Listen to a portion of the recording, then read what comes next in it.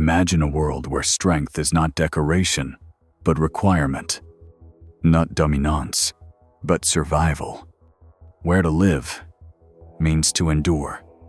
A world where morality isn't about being nice, but about becoming unbreakable. Friedrich Nietzsche challenged everything we were taught to admire. To him, they weren't virtues. They were tranquilizers. Not because they were bad in themselves, but because they were used to keep people small, to reward obedience, to silly ambition. Nietzsche didn't despise the weak. He despised what made people give up their strength. He saw weakness not as pain or failure, but as something far more dangerous: the refusal to rise, the choice to stay comfortable instead of courageous. And in today's world, comfort is the new creed, convenience its altar, and the gospel: avoid discomfort at all costs. Nietzsche warned weakness isn't a flaw, it's anesthesia. Soft, soothing, and fatal. But what exactly did Nietzsche mean by weakness? To understand that, we need to go deeper, into the very heart of his war against mediocrity. What Nietzsche really meant by weakness. What Nietzsche called weakness had nothing to do with muscles. It had everything to do with the mind, with the quiet ways people abandon themselves long before they even realize it. This wasn't the kind of weakness born from exhaustion or physical pain. It was more subtle, more insidious, the kind that smiles politely, avoids discomfort, and waits for permission it already owns. To Nietzsche, weakness was a refusal to confront reality, a refusal to take responsibility for one's own becoming, a refusal to evolve, despite knowing that evolution demands pain. It shows up in comfort that lasts too long, in routines that require no courage, in beliefs we adopt, not because we examined them, but because everyone else already agreed. This wasn't habit. It was doctrine, a mindset so normalized, so rewarded, that people began calling it goodness. But Nietzsche saw through it. He called it what it truly was: a surrender to mediocrity. In today's language, psychology has given it a name: learned helplessness. The quiet giving up that happens, not because someone is incapable, but because they've been conditioned to believe that effort no longer matters. And so, they stop showing up. They stop risking failure. They stop dreaming. Not because they're weak, but because they've been taught to feel weak. They choose pain. They know over freedom. They don't. At least it's safe. But Nietzsche didn't stop there. He went deeper. He understood weakness not just as inaction, but as addiction. An addiction to approval, to being liked, to being acceptable, even at the cost of being authentic. This kind of weakness doesn't confront life. It flatters it. It hides behind virtue. It calls passivity, humility, and fear kindness. And worst of all, it convinces you that this is noble, that making yourself small is what makes you good.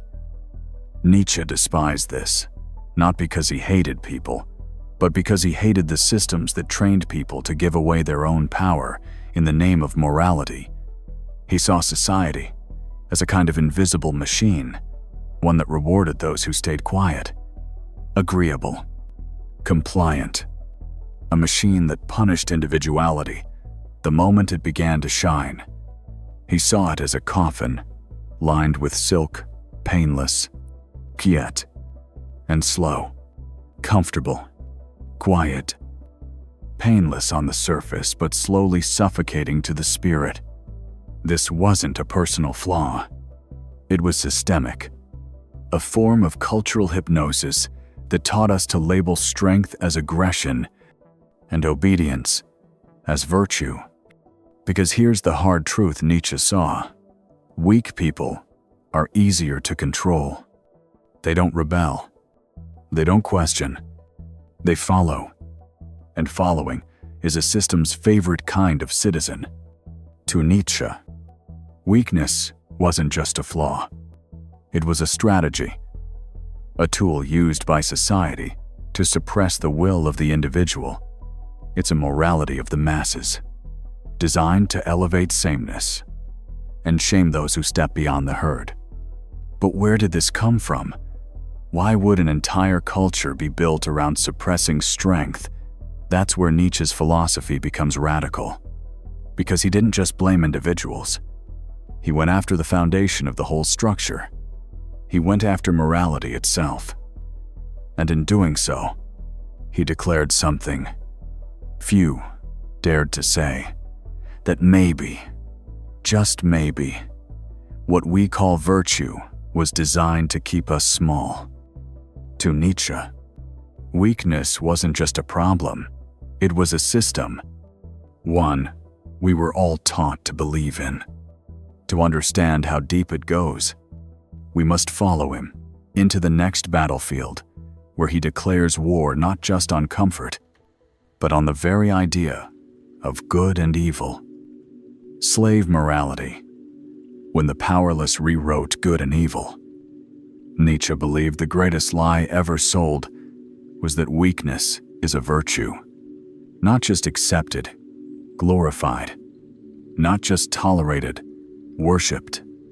He called this inversion of values, slave morality, a value system not born from strength, wisdom, or spiritual clarity, but from resentment. Picture someone who feels powerless. They see others bold, assertive, unapologetically alive, and instead of thinking, "How can I rise?" they quietly ask, "How can I bring them down?" without ever moving. That question becomes their armor, and over time, their entire belief system. Nietzsche called this resentment a slow, corrosive bitterness, a psychological alchemy where envy is moralized, and ambition becomes a sin. In slave morality, obedience becomes the highest good. Humility is no longer a virtue of the strong, but a hiding place for the afraid. Suffering is not something to overcome, but to wear like a crown. To be offended becomes a badge of honor.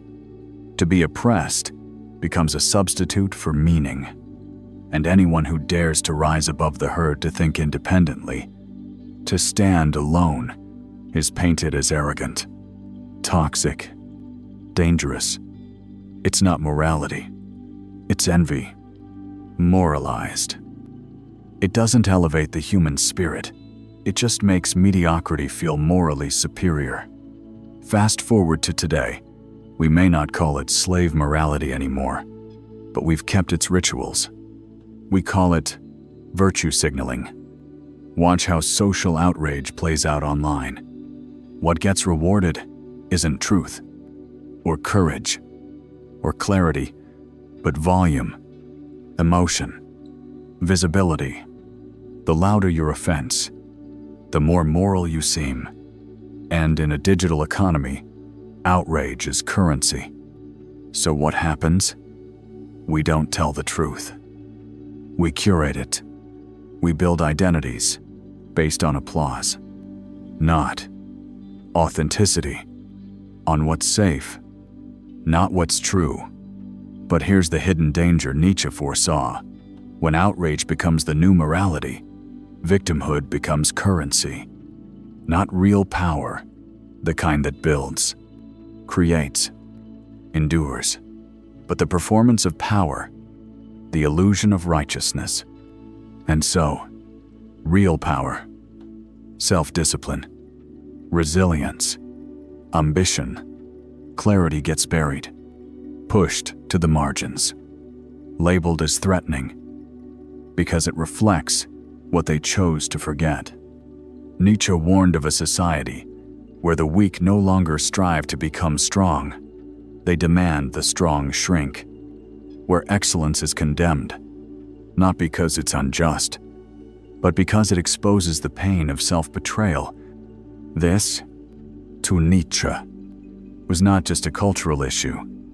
It was a spiritual crisis. The fire of the individual had gone cold. The will had been domesticated. The soul traded its edge for acceptance. But Nietzsche didn't stop with critique. He didn't write to shame the weak. He wrote to awaken the dormant will within them. Because beneath the guilt, beneath the years of moral programming, he believed something still burned. A spark, the seed of a deeper will, a wild force, waiting to remember what it means to want greatness again. But to ignite it, we must unlearn the lies that made weakness feel like virtue. We must stop calling smallness humility and start calling it what it really is: fear. Nietzsche's message was clear. You were not born to follow. You were not built for quiet envy. You were meant to create, to overcome, to rise.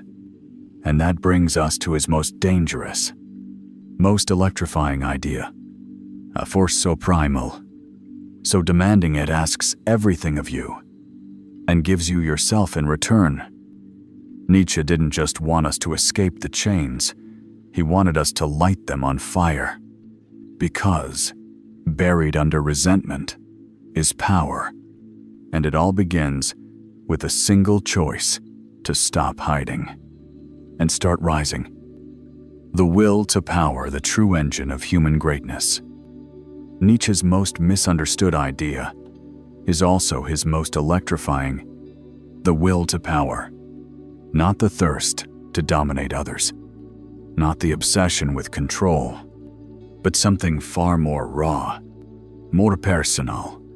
The fire to transform yourself again and again, to rise, fall, and rise sharper, to stand in the ruins of who you were yesterday and begin again stronger, clearer, truer. The will to power is not about authority. It is the force that says, what I was is not the limit of what I can be. It's not domination. It's transformation. The quiet courage to shape suffering into strength, to forge a chaos into clarity. Nietzsche didn't see life as a journey. He saw it as a furnace, a battleground, a place where the self is not found, but forged.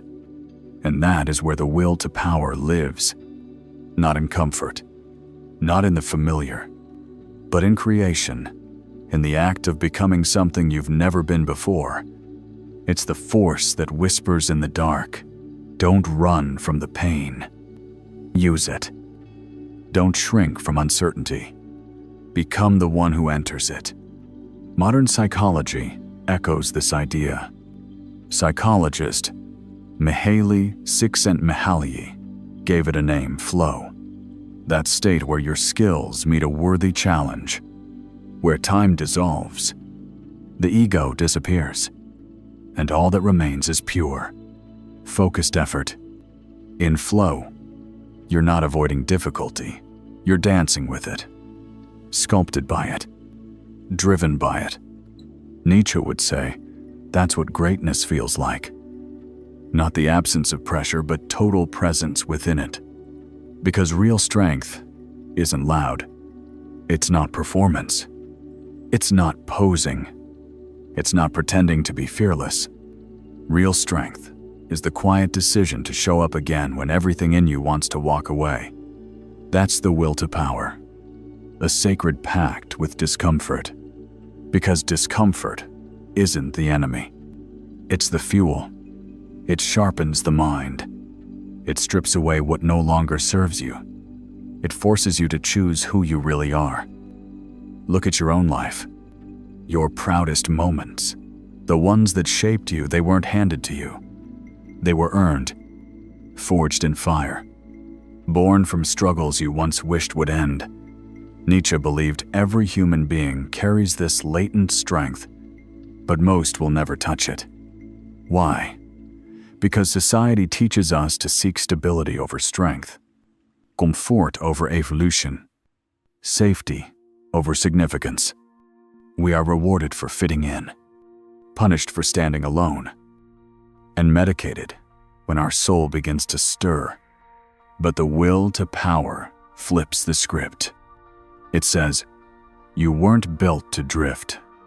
You were meant to burn. And this climb, this constant becoming, is not a moment. It's a mindset. It's a way of living, a way of breathing, a way of remembering who you truly are beneath the noise.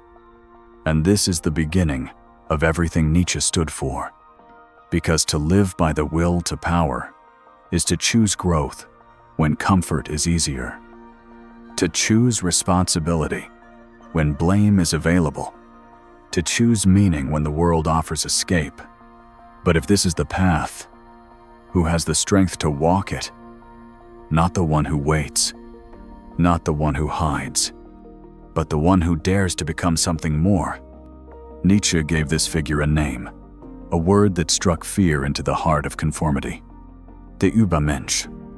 Not a superhero, not a tyrant, but a creator. A human who doesn't just survive the storm, but becomes the storm. The will to power was never about others. It was always about you. What you could be if you stopped asking for permission and started becoming. But even the strong must face pain. Because Nietzsche knew to rise as the Übermensch, you must first burn. The Übermensch rising above the herd.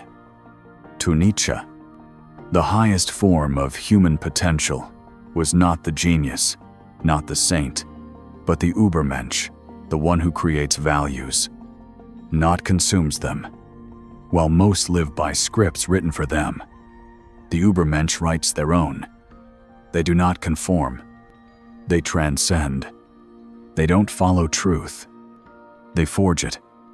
And yet, this figure, this ideal, is rare. Why? Because modern life suppresses greatness. We're rewarded for blending in, not standing out. Taught to obey systems, not challenge them. We live in a culture of ease. Swipe, scroll, nod, agree. Comfort has become the new virtue and rebellion, the new sin. But the Übermensch is not a rebel. He is a law unto himself, a person who does not wait for permission. They are not molded by society. They reshape society through their existence. In today's world, this means becoming what we might call an existential creator. Someone who doesn't just consume ideas but builds a life that expresses truth, depth, and integrity. Think of those who defy the algorithm, who resist the echo chambers, who choose depth over dopamine. These are modern echoes of the Übermensch. To live this way is not flashy. It's not loud. It's quiet power, deep alignment, a daily act of courage in a world of noise. And Nietzsche knew this kind of life isn't handed to you. You build it. From pain, from solitude, from the fire of your own contradictions. He wrote, "One must still have chaos in oneself to give birth to a dancing star. To be the Übermensch is to become that star, not by escaping darkness, but by transforming it into light." And here's the metaphor Nietzsche would love. To be the Übermensch is to be the lightning, not the weatherman. The weatherman watches, reacts, predicts. The lightning strikes. It does not ask for approval. It announces itself through force, not permission. So ask yourself, are you still forecasting your life? Or are you finally ready to become the storm? But even lightning strikes into a cruel world. And Nietzsche knew strength is not the absence of pain. It's the power to walk straight into it and rise anyway. Amor Fati and embracing the fire. Nietzsche did not ask us to tolerate fate. He asked us to love it. Amor Fati. The love of one's fate is not passive acceptance. It is a fierce and radical embrace of everything life brings. Joy, pain, victory, loss, not as accidents, but as fuel. He wrote, "What does not kill me makes me stronger." And he meant it. But this isn't about blind toughness. It's about transformation, about looking straight into the fire and walking through it not as a victim, but as the blacksmith of your soul. Pain doesn't just hurt. It shapes.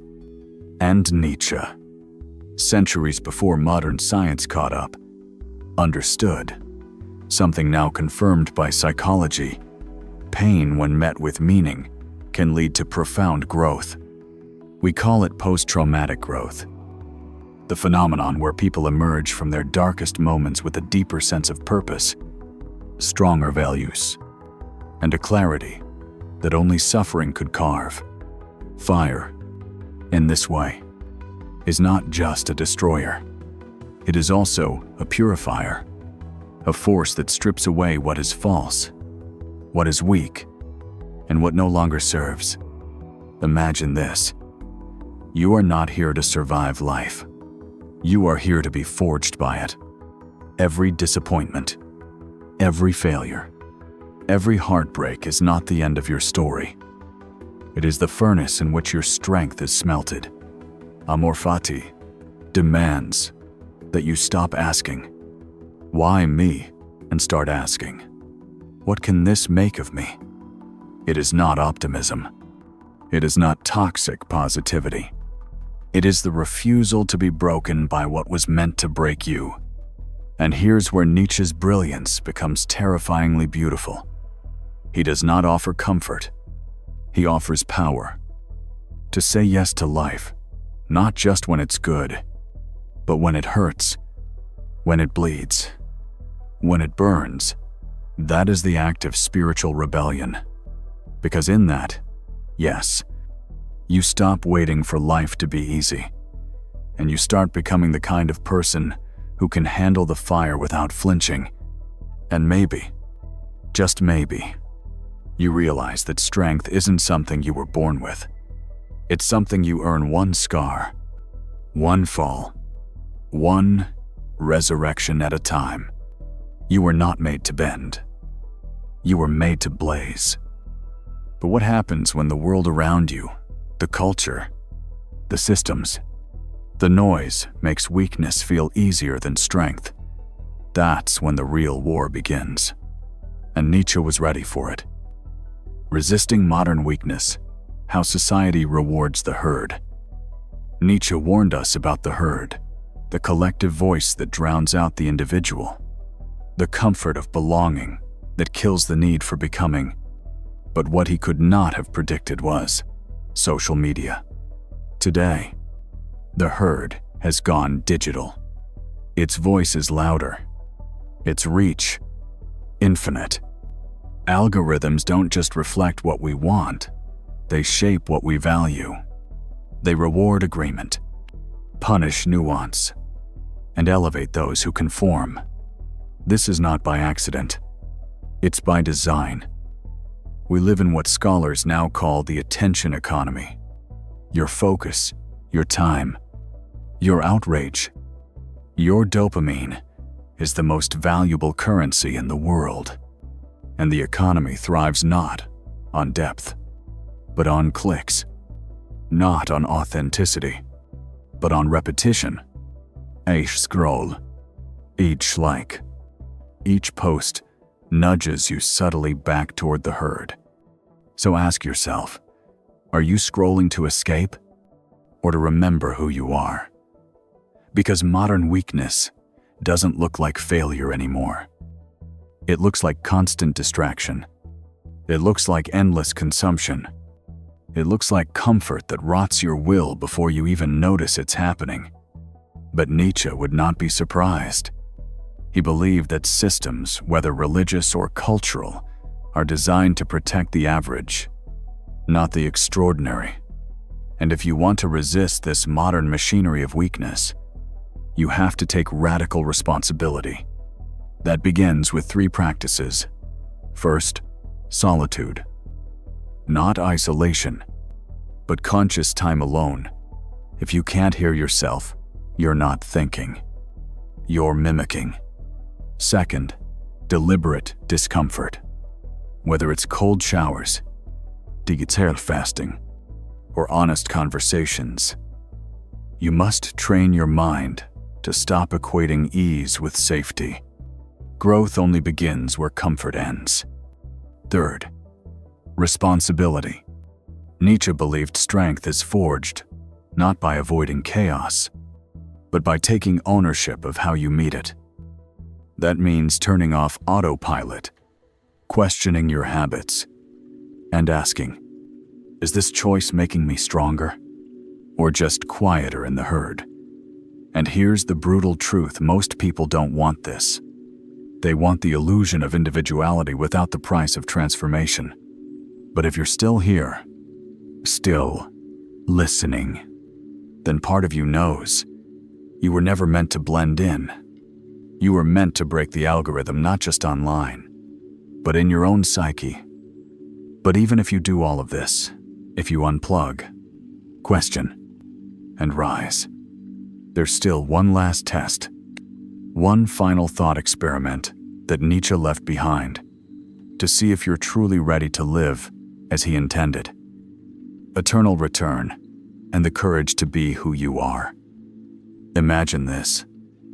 A demon whispers in your ear, you must live your life again, exactly as it is. Every joy, every regret, every moment, on repeat, forever. This is Nietzsche's eternal return. Not a prophecy, but a mirror, a test. Would you say yes? Would you welcome the cycle? Or would it crush you with the weight of your own choices? This thought experiment isn't meant to depress you. It's meant to wake you. Because if the life you're living now isn't one you would choose again, then something must change. Nietzsche's real challenge wasn't to endure life, but to elevate it, to shape it so deliberately that you could live it over and over and never flinch. Because in the end, this is not about time. It's about meaning.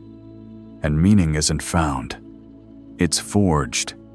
Become who you are, not who the world wants you to be, not who your fears say you are, but the raw, unfiltered potential waiting underneath the noise. Your life is not a rehearsal. It is the stage. And every day is a line in the song you are writing with your existence. Write a life worth echoing forever. If that idea terrifies you, good. It means you're paying attention. The true rebellion is this. Stop begging for meaning. Start burning for it. You don't need a perfect plan. You don't need 1,000 answers. You just need one thing. A brave decision. Today. Right now. One act that says, I will not live on. Repeat. I will evolve. Maybe it's speaking the truth you've been avoiding. Maybe it's walking away from something that numbs you. Maybe it's finally facing the mirror and asking, what strength am I still hiding from myself? Because this is not about perfection. It's about direction. It's about saying yes to the version of you who's been buried beneath expectation, fear, and comfort. And if you ever forget who that is, come back to this question. If your life echoed forever, would you be proud of it? If the answer is no, then don't despair. Decide. You are not here to repeat. You are here to rise.